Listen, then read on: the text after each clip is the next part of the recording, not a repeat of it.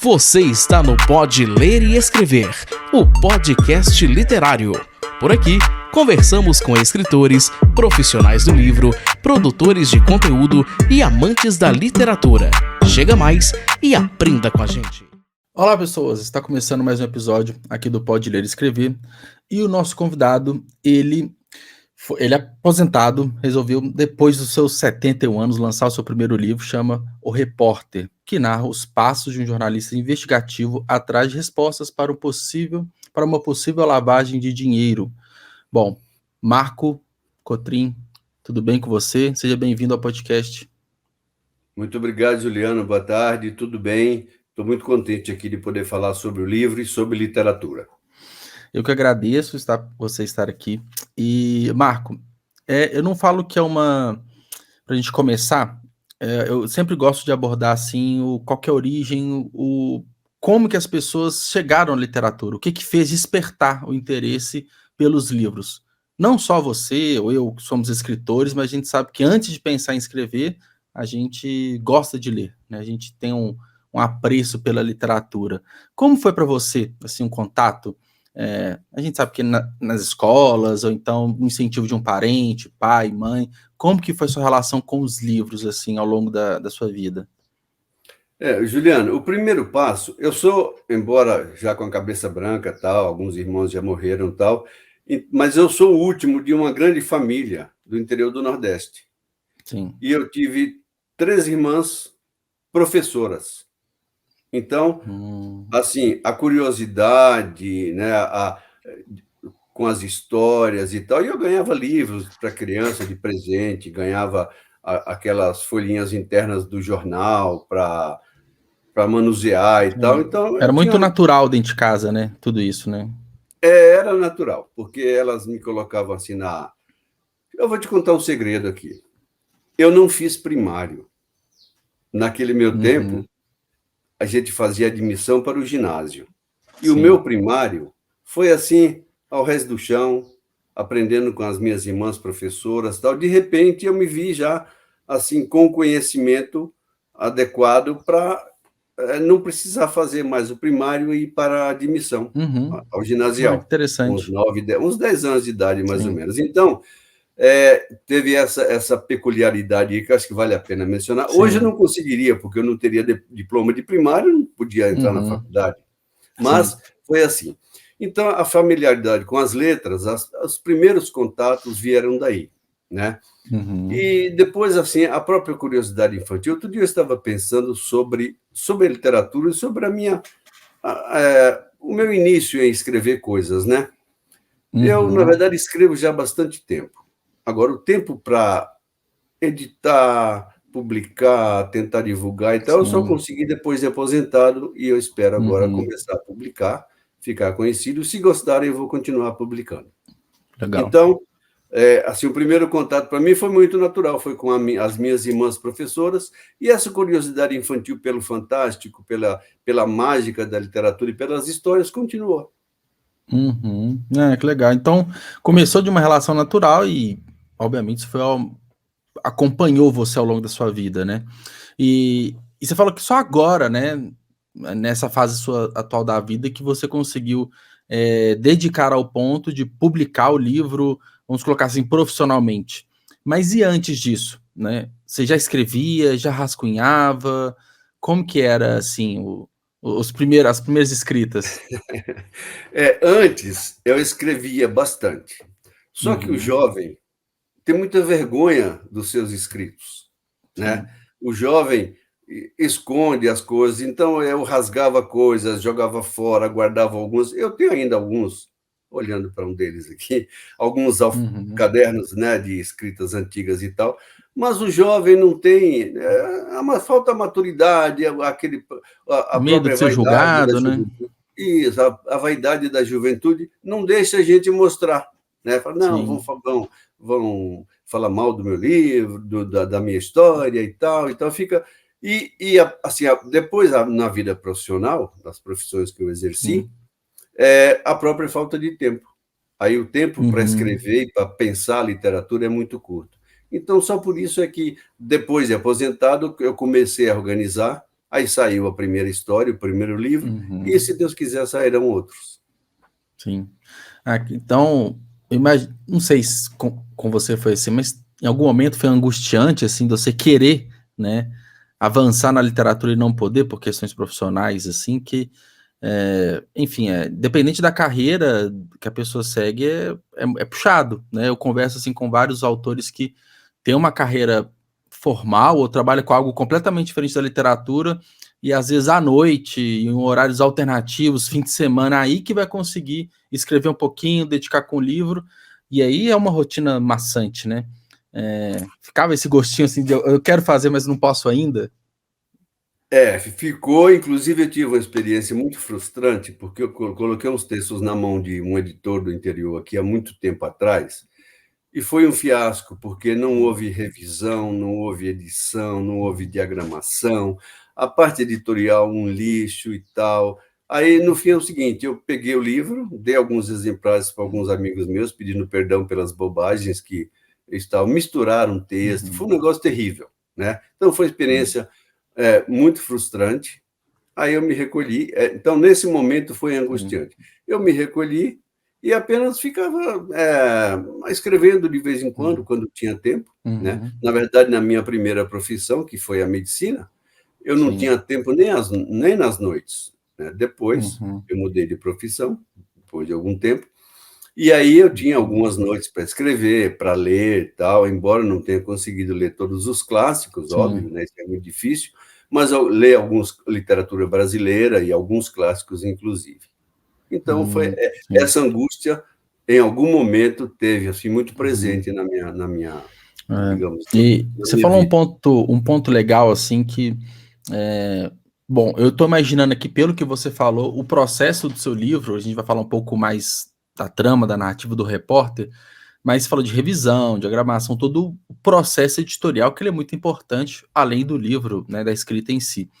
E pelo que eu estou imaginando aqui, você acompanhou muito próximo, né, talvez até por conta dessa experiência frustrante lá atrás, você acompanhou de uma forma próxima todas essas etapas editoriais. Foi isso mesmo?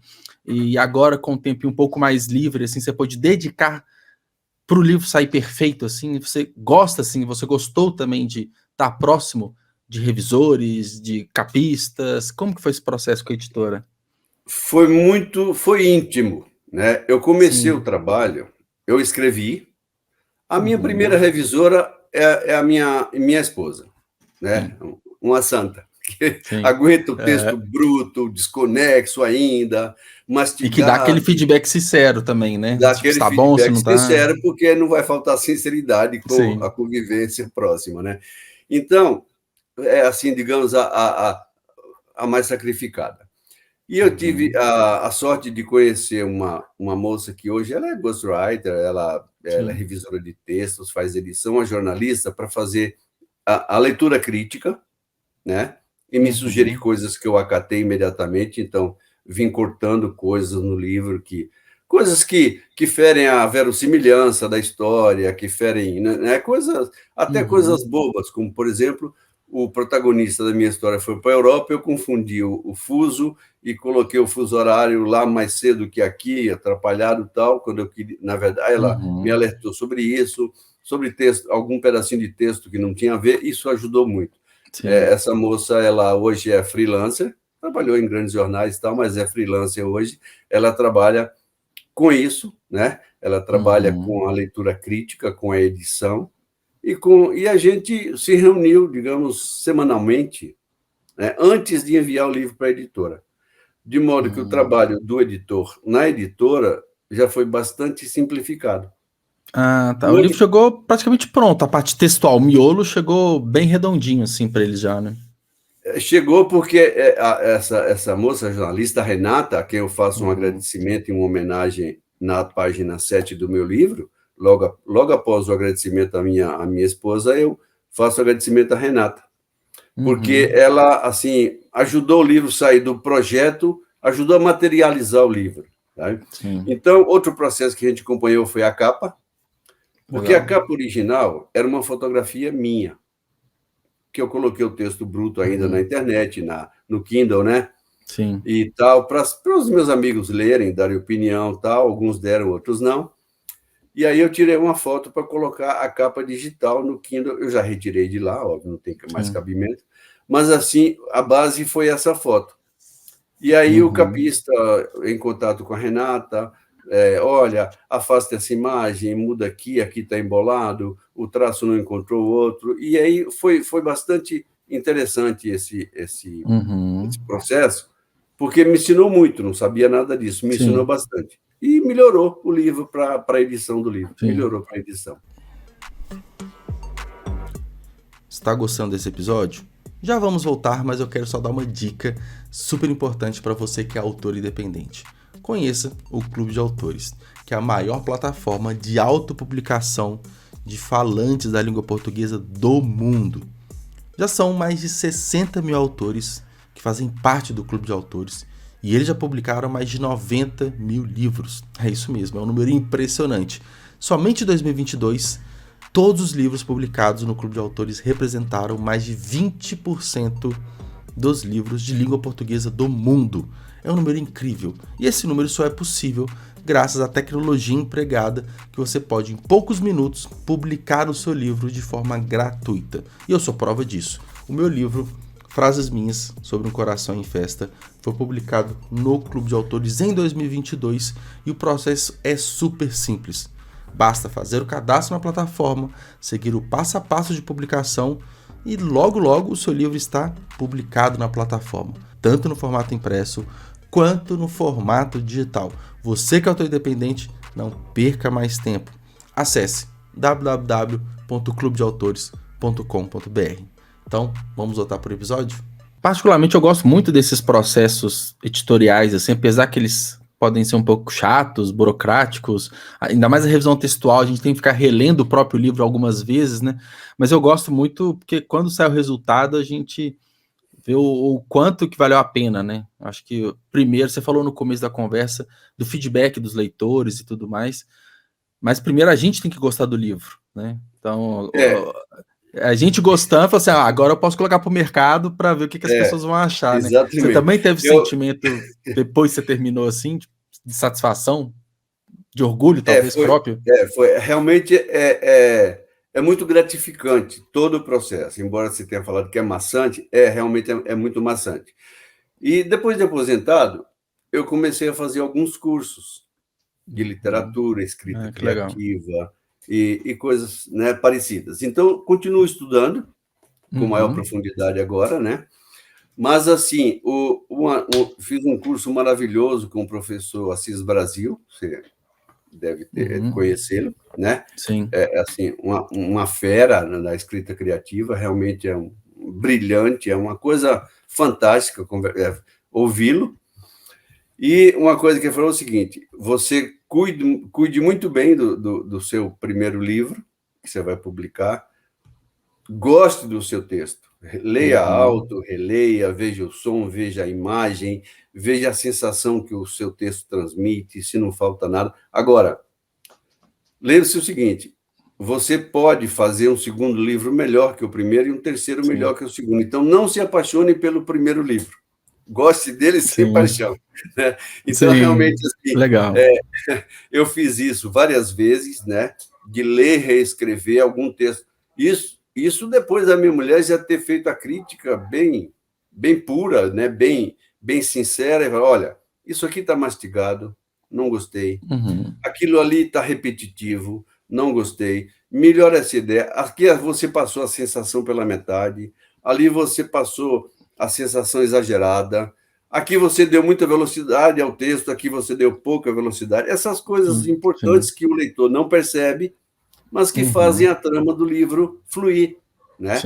Então, depois disso, eu reli o livro, consertei, reli de novo, consertei, até que sentado com a Renata, depois da minha mulher ter lido, falei, não, eu gostei agora, como leitora, gostei.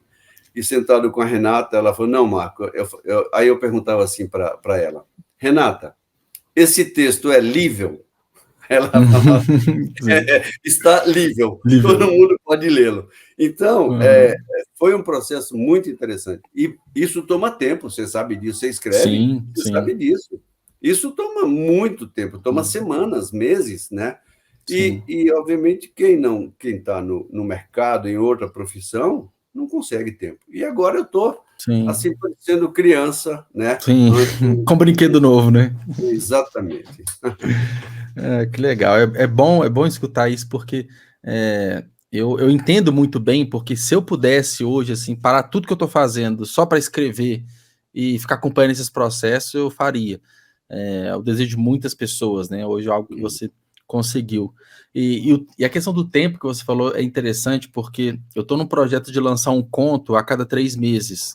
E geralmente eu levo, entre escrever e com a minha revisão, 3, 4 dias escrevendo, assim, quando eu pego para focar e escrever esse conto. Agora, é 4 dias escrevendo e mais 1 mês e meio, 2, entre revisão, volta, capa, volta, tira registro, aí vai publica. Então, assim, o período de escrita mesmo, ele é bem menorzinho comparado com todo o pós.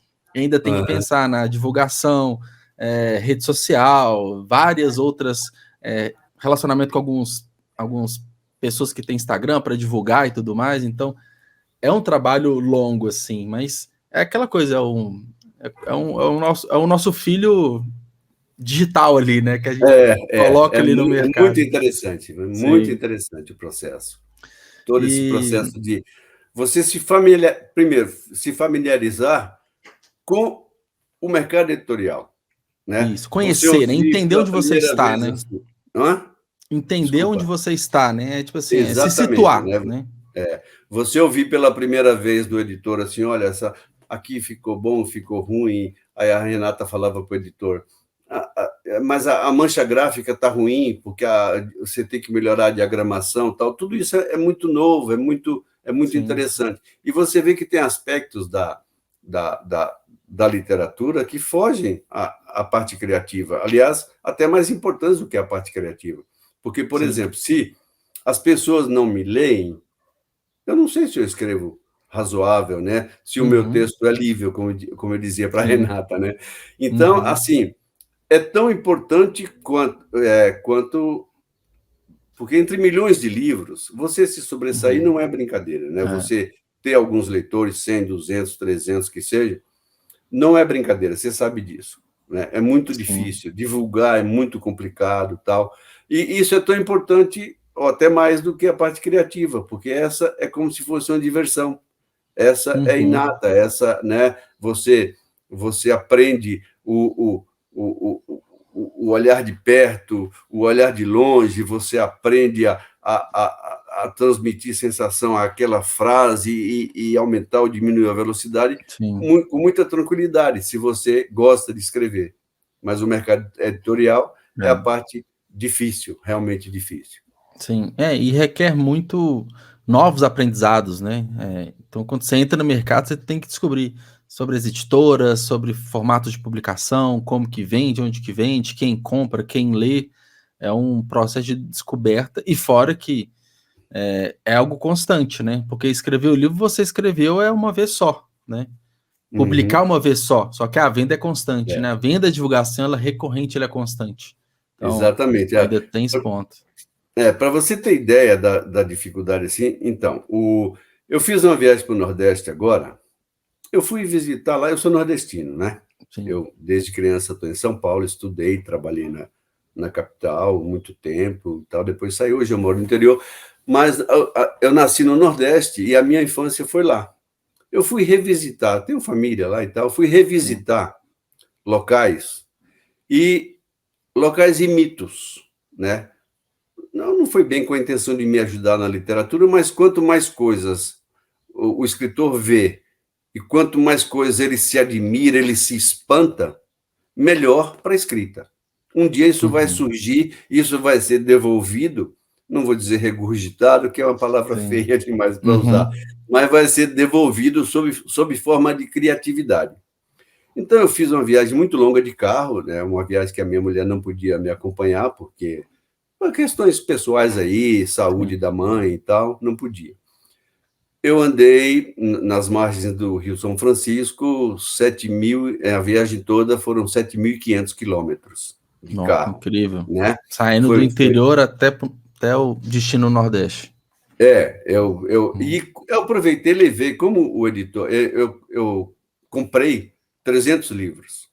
Sim. Eu levei 4 caixas, assim, falei, puxa, eu vou distribuir, vou dar presente para as pessoas, família, amigos, conhecidos Sim. antigos lá, né? E levei 4 caixas de livros, que eram 96 livros. Você acredita que eu voltei com 5 livros? Eu comecei a distribuir, quase assim, intuitivamente. Eu fui pensando, né? Eu falei, eu vou no gerente da livraria, dou um livro de presente para ele, com a dedicatória bonita, agradeço a atenção, peço para ele ler, e se ele se interessar, eu deixo o contato e ele me liga. Em várias livrarias do Nordeste, tipo todas as livrarias leitura de Salvador, livraria Escariz, livraria leitura de Aracaju, livraria Nobel de Vitória da Conquista. Cidade pequena não tem livraria, você sabe disso, né? Livraria física não tem, virou tudo papelaria, né? Eu consegui distribuir as 4 caixas de livro na viagem. Ou seja, foi muito produtivo a coisa, mas é difícil você distribuir, deixar para onde varia 6, 8, 10, 12 livros e fazer isso para atingir um volume até se tornar conhecido. Isso leva anos, com certeza. Sim, é porque é um trabalho quase de formiguinha, pontual, né? Livro por livro, né? 1 a 1, né? Então... Exatamente. É muito. Agora, é prazeroso, né? Isso que eu ia falar, a jornada, né? O durante é muito bom, né? É aproveitar, literalmente aproveitar a viagem, o durante, né? E não só pensar no destino final, né? E outra coisa, assim, o jovem, né? Eu tenho uma vantagem da idade. Por que eu digo vantagem? Porque o jovem, ele tem ainda muitas, digamos, não são arestas, eu posso chamar de medos, né? Tipo, medo da rejeição, medo da crítica ácida, medo disso, medo daquilo, tal. O velho, eu tô velho, aposentado, né? Sem nenhum preconceito contra velhos ou contra jovens, e o velho não tem preocupação com nada mais, porque nada deve a ninguém mais. Já teve uma profissão, o que tinha que provar já provou, ou não provou, também não importa, de modo que a exposição a que se obriga o escritor, para nós, idosos, é muito fácil, é muito bem mais simples. tranquilo, né? É tranquilo lidar com isso, né? Lidar com essa exposição, né? Exatamente. Por exemplo, se eu chego na livraria e um garoto de 17 anos, assim, com o nariz um pouco empinado, dá uma esnobada quando eu peço para falar com o gerente ou supervisor, eu compreendo, eu falo, puxa vida, ele não é obrigado a gostar de mim se quer me atender. O garoto lá que está lá na frente, no balcão, não está obrigado a nada, ele vive lá a vida dele e paciência. É uma dádiva se ele me concede o espaço para eu chegar no gerente e se o gerente me der 2 minutos do seu tempo. Então, com esse pensamento, eu consegui muitos acessos em livrarias grandes, inclusive a daqui de Taubaté, para eu lançar, é uma grande livraria leitura, né? E isso favorece. Favorece porque o idoso já perde esses pruridos, achei a palavra, esses pruridos de rejeição, a gente já perdeu, né? Assim, eu digo isso, eu deixei o meu e-mail no livro, no fim da página 7, dos agradecimentos, eu deixei para o pessoal, quando quiser criticar, elogiar, falar que está ruim, que nunca mais... Não tem problema. Ninguém é obrigado a gostar. Você pode mandar, discutir o que você quiser do livro, sobre o livro, à vontade, que as opiniões serão lidas, não necessariamente aceitas, mas lidas e conversadas, né? Sim. Isso facilita muito, de modo que... Indo em encontro, assim, essa sua fala, uma das coisas que eu tenho refletido muito recentemente, que é assim, a gente tem muito medo do julgamento do outro, né? O outro te julgar. Só que o julgamento, ele fala mais de quem está julgando do que da pessoa que está sendo julgada, porque se a gente é confiante, é tranquilo daquilo que nós somos, pouco importa o que outra pessoa vai julgar. E acaba que assim, né? 1 hora depois a pessoa já te esqueceu, ela nem lembra mais, e a gente às vezes fica remoendo aquela fala, ou aquele olhar, ou aquele que a pessoa fala pra gente, isso isso não pode nos trazer medo de agir, né? Exatamente. Então, o que eu tenho pensado muito é assim, deixa o outro para lá, é coisa dele. É dele com ele mesmo e não tem nada a ver comigo. Então, acho que é um pensamento legal, assim, que ajuda a trazer coragem, né? E o autor tem que dar a cara à tapa mesmo, né? Não tem como. Sem dúvida. Ninguém vai fazer isso por ele, né? Sem dúvida. Você me trouxe essa sua fala e me trouxe à memória uma coisa de um psiquiatra que eu li há muitos anos atrás. Para você ter ideia, foi quando foi lançado o Prozac. Uhum. E esse psiquiatra nova-iorquino, ele tem um grupo lá e tal, eles começaram a estudar filosofia e aplicar filosofia à clínica psiquiátrica. Não vou chegar ao exagero de dizer que aplicar clinicamente a filosofia, mas eles aplicavam conceitos filosóficos que servem para qualquer época e para qualquer situação. Eles começaram a aplicar a clínica psiquiátrica. E aí me restou um trechinho. Eu esqueci o nome do autor, a memória dos idosos é mais fraca, né? E já faz muito tempo que eu li também. O seguinte, um determinado capítulo, ele tratava da ofensa e do dano.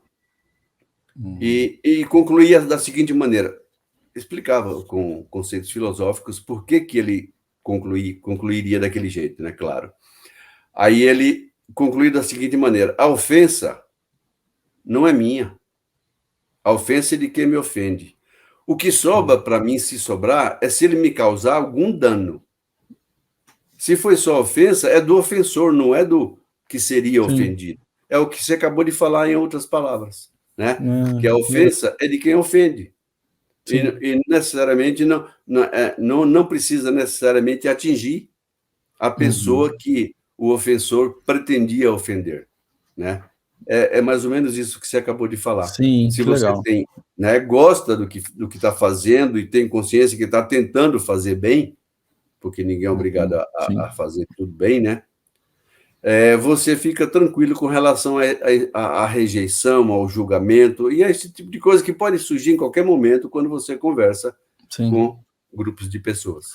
Né? E no caso específico dos escritores, né, a gente pode receber 100 feedbacks positivos, mas se tem um negativo, a gente tendencia a colocar, né, no pedestal esse negativo e jogar tudo por água abaixo, falar meu livro é ruim, não sei o que, não sei o que. Só que a gente às vezes esquece que a maior parte está falando bem, né? A gente dá muita atenção a esse feedback negativo. Então, exatamente. Eu sempre me pego assim, porque, igual esse último livro que eu lancei, né? A maior parte dos feedbacks foram positivos, teve um que foi negativo, que eu lembro até hoje, quase que palavra por palavra o que a pessoa falou, mas os positivos a gente meio que esquece. Não deveria, né? Isso aí, aí eu volto para... Velho tem muita memória, adora conversar, né? Então, se você me largar aqui, a gente conversa. Mas é o seguinte, aí eu volto para a minha antiga profissão, eu era médico na juventude, fazia saúde pública, né? Legal. Não durou muito tempo, porque problemas vários, inclusive saúde pública tinha pouca condição de oferecer, de encantar um jovem. Bom, mas a gente tratava com estatística, com seleção de casos, com epidemiologia, e um dos conceitos epidemiológicos assim, bem importantes são os vieses, né? Você erra em um ponto porque você adotou determinado viés. Então, no dia a dia, a gente faz um viés de seleção e de 100 críticas, você tira seleciona uma negativa e se deixa abater. O que não pode acontecer, porque, na verdade, se você olhar, 99%, ou 90%, ou 80%, gostou. Então, esse é o mais importante, porque é a maioria, né? Então, isso é um viés de seleção que a cabeça da gente dá uma distorcida sei lá, na análise do que se apresenta à nossa frente e faz com que aquilo tenha um impacto como se nossa vida dependesse daquela coisinha lá, o que não é verdade. Claro. Sim, é exatamente isso. Bom, Marco, vamos falar um pouco sobre o repórter? sobre o seu livro? Pois não, pois Sobre a não. história dele, o que é? Conta pra gente sobre o livro.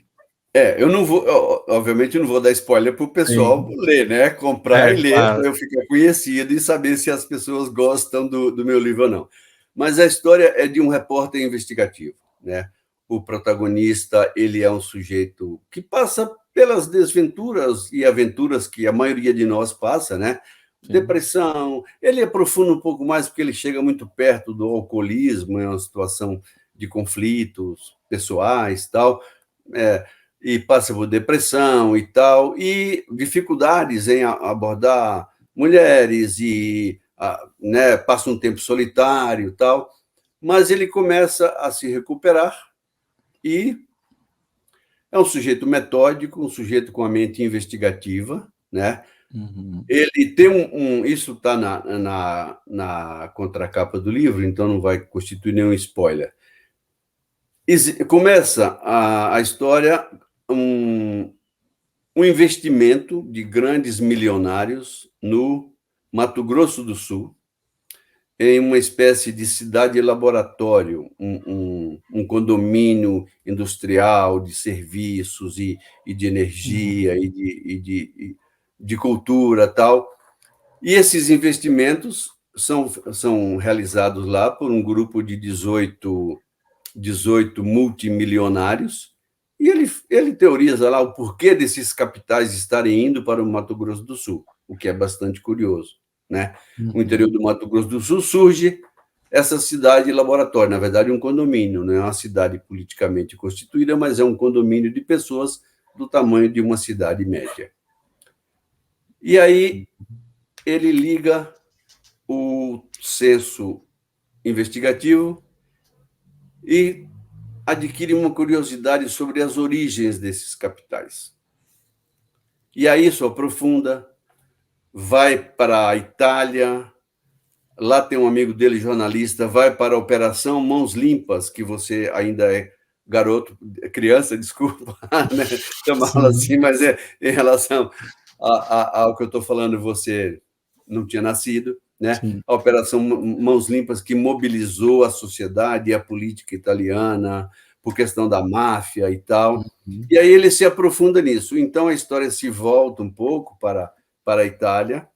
Ele vai atrás em busca de fontes, né, de informação, fonte jornalística, para as suas suspeitas e para as suas reportagens sobre esse investimento no Brasil, que ele começou a desconfiar e puxar pontas, né?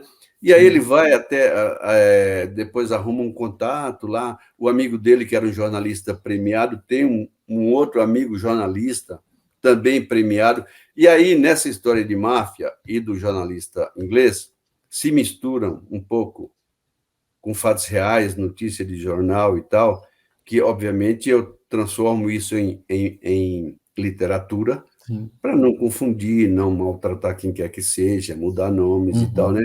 Mas alguns fatos são reais e aconteceram com pessoas. Por exemplo, o presidente do banco, que eu chamo de banco italiano, mas na verdade era o Banco Ambrosiano, eu chamo de banco italiano, para se existir esse banco ainda hoje, foi em década de 80, final da década de 70, começo de 80. Você não era nascido? Não. E eu me lembro das notícias, que eu leio jornal já há muito tempo, eu me lembro das notícias dos julgamentos de Milão. Então, isso também entra na história. E aí, numa entrevista lá, ele se apaixona numa entrevista com um determinado personagem muito importante para a história. Eles encontram uma italiana muito bonita, resolvida, rica, lindíssima, né? Francesca. E ele se apaixona. É um negócio assim, sabe? Os dois são solitários, cada um pelos seus motivos, se apaixonam. São 4 semanas muito intensas de amor, de paixão e de conversa e tal, e passeiam por Roma e tal. E os lugares são lugares que ou lugares conhecidos das pessoas, ou lugares inventados, mas trazidos para a fantasia da história. Sim. E aí eles sofrem algumas desventuras, os dois lá, independentemente das suas vontades e do relacionamento deles, desventuras motivadas externamente. Sanado isso, ele vai a Londres, encontra esse jornalista inglês.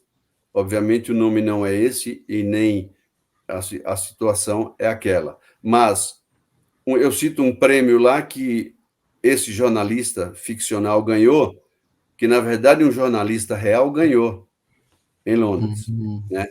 E eu cito uma destruição de computadores no jornal The Guardian, que aconteceu, não com um jornalista com esse nome, o nome é ficcional, mas aconteceu com um determinado jornalista lá, que o NCHQ, se não me engano, que é a NSA inglesa, o equivalente à Agência de Segurança Nacional inglesa, obrigou o jornal a destruir os computadores, aqueles discos rígidos, com aquelas notícias, porque eles estavam investigando vigilância indiscriminada dos cidadãos, os jornalistas implicados nesse caso. Isso é citado de relance assim.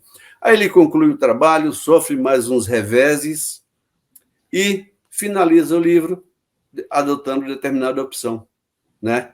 E aí muito legal. Os leitores podem pensar a respeito se foi certo, se foi errado, o que caminho optariam. Isso aí é com os leitores, não é mais. Deixa essa reflexão final, né? Isso é legal, né? Deixa um pós ali, né? Do tipo, para pensar, né? Deixa. E aí não é só o Cotrim. Aí eu fui buscar inspiração para deixar isso no Humberto Eco, né? Que ele coloca o seguinte, que a literatura é preguiçosa. Eu falo com meu neto, né? Falo, Gugu, a literatura está perfeita para mim, porque eu sou de uma preguiça, Gugu. Não sou tão preguiçoso, mas eu brinco com ele, né? Sim. A literatura é preguiçosa, porque a metade é feita pelo autor e a outra metade é feita pelo leitor, né? Sim. Pensando nisso no Humberto Eco, aí eu fui pensar, meu Deus, quando era jovem e a gente discutia filme e sentava e tal, alguém se saía com essa. O livro é melhor que o filme. Óbvio que o livro sempre será melhor do que o filme, porque o livro é construído pelo leitor, não é a imagem pronta, né? Exato. Assim, eu descrevo uma cena, olha, Dona Josefa entrou na farmácia melancólica, com pouco dinheiro no bolso. O remédio era caro. O farmacêutico falou que não tinha o remédio grátis ou com desconto para os aposentados. Ela se dirigiu ao vendedor, abriu a bolsa perante o moço do caixa, o dinheiro não dava e tal. Isso, o autor conta. Quem vê a Dona Josefa e a veste e dá as características físicas é o leitor. É o leitor. Né? Sim. E daí é uma coisa boa para a gente, né? Que a literatura é preguiçosa, mas a imagem precisa ser construída direitinho, senão o leitor não tem parâmetro para construir a sua imagem, né? Sim. Pô, que legal. Fiquei curioso e feliz porque não estava na gravação, mas em breve eu vou ter minha cópia aqui de O Repórter, então vou poder ler. Você terá sua cópia, com certeza absoluta, né? Porque realmente é uma grande oportunidade de ser ouvido, né?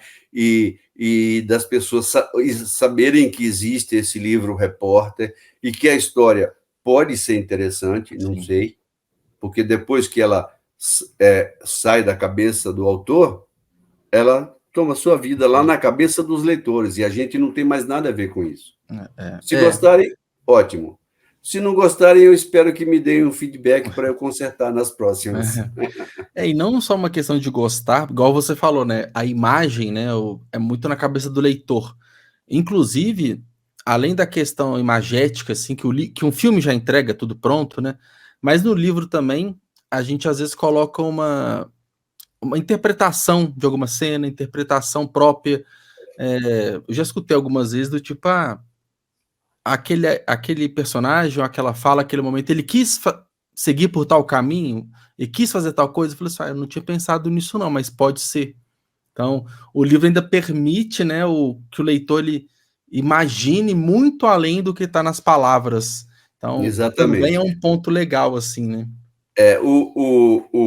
Agora, saindo um pouco do Repórter, Sim. um dos cursos que eu fiz, né, sobre escrita criativa, estou estudando filosofia, estou estudando literatura, agora virei estudante de novo, Sim, né? legal. Democei, assim, uns 60 não, 50 anos, vai. Então, numa das aulas lá, o professor falou sobre imersão sensorial, bem dosadinha, bem, né, para não cansar o leitor, mas também para não deixar aquela coisa seca, bruta, né? Sim. E eu tinha acabado de descrever uma cena de uma abordagem policial, onde o casal é colocado contra um muro e o muro ainda não tem reboco, né? O muro está no chapisco. Sim. Eu falei, meu Deus, ser empurrado pela mão do policial contra um muro só com chapisco dá muito mais sensação do que eu descrevi. Então, eu vou descrever como é que é estar com a cara encostada no chapisco, com a mão do policial empurrando o seu ombro. E aí, modifiquei totalmente e fiz essa espécie de imersão sensorial, né, para transmitir a sensação áspera do chapisco, a dor e etc. Uhum. Então, assim, descobrir a literatura, né, nessa altura, como autor, como escritor, que eu estou tentando, né, para mim está sendo uma coisa mágica. Realmente, eu estou absorvendo a mágica da literatura. Sim. Que bom escutar isso. E até essa última fala sua, é natural a gente pensar num próximo livro, por exemplo, o Repórter, ele cabe uma continuação, ou você já está pensando em uma outra história? Como que está isso, assim? Essa ansiedade, talvez, de lançar um novo livro? Outra totalmente diferente. Não, nada a ver com a história do Repórter, porque, assim, no lançamento do livro, eu conversei um pouquinho com as pessoas e disse lá, gente, a literatura de ficção não é para ensinar, não é para provar tese, não é para mostrar coisas que as pessoas devem fazer. A literatura de ficção é apenas um meio de pegar recortes da realidade e transformar em uma história que transfigura a realidade e deixa os julgamentos e as sensações para o leitor. Então, assim, outro dia eu levei uma bronca da minha mulher, é o seguinte, eu fiz uma digressão nesse segundo livro, né, que está sendo lido por ela agora, eu fiz uma digressão sobre um assunto qualquer, aí ela falou, isso aqui está muito mastigado, está muito longo, está parecendo aula. Aí eu parei, cortei metade, entendeu? Sim. Então, é esse tipo de coisa. É o personagem que está falando, não é o autor, né? É o narrador que conta o que o personagem está sentindo. Então, às vezes, a gente perde aí um pouco a medida e se empolga e vai e tal, mas né? É uma coisa assim, realmente é um mundo mágico que eu estou muito contente por ter adentrado, independentemente de ter adentrado só agora. Foi quando eu pude me voltar para esse mundo. Acaba que você entrou no seu momento, né? Foi o momento certo para você. Exatamente. Você contou, teve outras tentativas que foram frustradas, então, pô, que bom que deu certo agora, né? Foi isso muito assim. Deu. Então, isso fico bem feliz assim por você. E Marco, a gente chegando aqui no finalzinho da nossa conversa, agora um ponto muito importante, né? Como que as pessoas onde que elas podem adquirir o livro Repórter, onde que está à venda, onde que elas podem ter mais informação sobre o livro, sobre você? Eu agradeço esse espaço, Juliano. E é o seguinte, o livro está na rede, né, na Amazon, na estante virtual, a editora está colocando, é óbvio, isso é um processo lento, por enquanto eu achei na Amazon e na estante virtual. Está em vários blogs também, que comentando e tal, né, que é um thriller de emocionante e tal, essas coisas que saem no blog, né? E livrarias físicas, ele está, por enquanto, no Nordeste, em 11 ou 12 livrarias físicas, distribuídos manualmente na formiguinha, né? Ele está em São José dos Campos, nas grandes livrarias de São José, e está em Taubaté. Eu estou começando a distribuição física em São Paulo, muito lentamente, porque os contatos são demorados agora.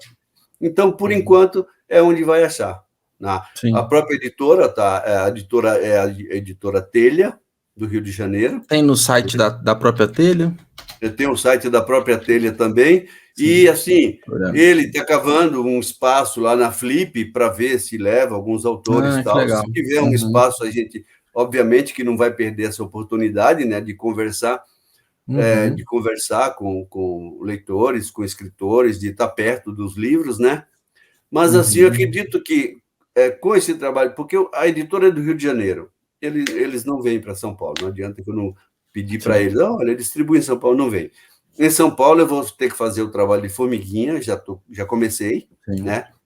E os contatos estão se intensificando. Eu acredito que em alguns meses eu terei livros em algumas boas livrarias de São Paulo. Que legal. E vai expandindo, aos poucos vai expandindo, né, a rede de vendas físicas, mas tem de uma forma prática, assim, para qualquer pessoa, qualquer lugar do Brasil, assim, é o próprio site, né? Entre aqui no site da Telha, editorateliha.com.br, só colocar na pesquisa lá o repórter, é fácil de achar, tem aqui para comprar, é super tranquilo. Bom, então, Marco, obrigado pela conversa, adorei conhecer sua história, conhecer sobre o seu livro, e eu desejo cada vez mais sucesso aí na sua jornada literária. Muito obrigado, Juliano. Por favor, não esqueça de mandar no meu e-mail, que eu vi que você já me mandou um e-mail, um local para eu enviar um livro para você.